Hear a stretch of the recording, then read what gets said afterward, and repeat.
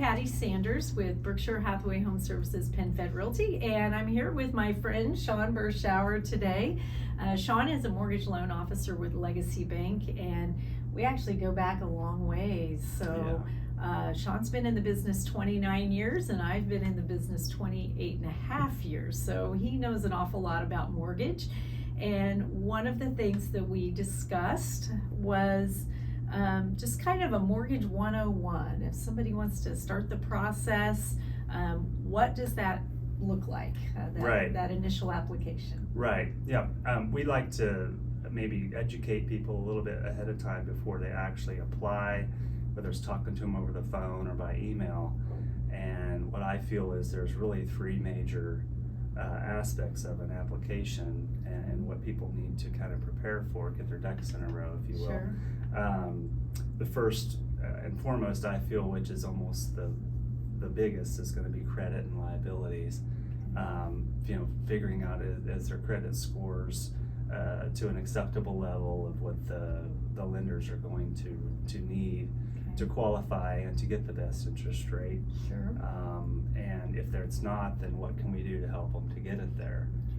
Whether it be mistakes that they may have on their credit report, or if there's things maybe they need to pay off in order to get to the point of qualifying. Sure. Okay. And what liabilities we would actually need to count. Okay. So that's number one. All right. Generally. Number two is going to be, of course, we like them to have a job. If they don't, then what sources of income could they actually use in order to qualify for a particular program? Sure. Your conventional FHA or VA loan.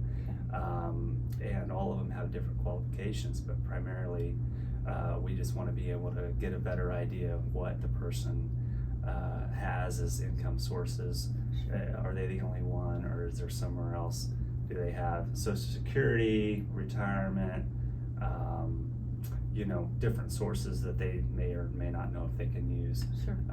And then, of course, the last thing is going to be in regards to what they may have as assets or funds to use for cash to close, or source of funds to use for down payment and closing costs.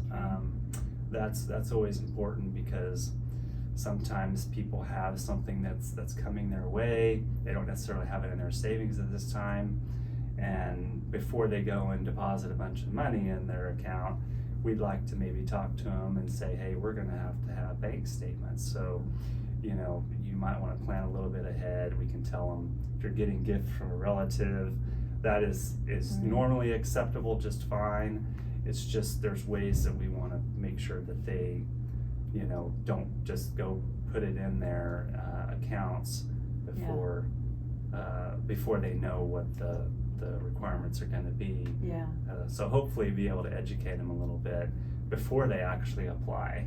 Okay. And once they do, then hopefully that will be an easier process for them and for the agent, for the realtor. They don't want to be showing them houses out of their range, or if they're not quite ready to pull the trigger. So that makes perfect sense. Yeah. So when would someone want to start that process? Like, we're actually in November right now, the end of November. If I tell you I want to buy a house the first of March, would this be too early to start the process? It's really never too soon to start actually talking to a loan officer, in my opinion, just because I feel like, even if they don't feel that their credit is at that point, or maybe they're changing jobs in a month, or perhaps getting an inheritance. There's just all kinds of things. But I think at least that initial consultation is important. Right. Generally an approval is going to be good for, they're technically good for 120 days. We like to say 90, just because then it gives 30 days to actually close on a home. So if the worst case is, we may just have to pull that credit report again. Sure.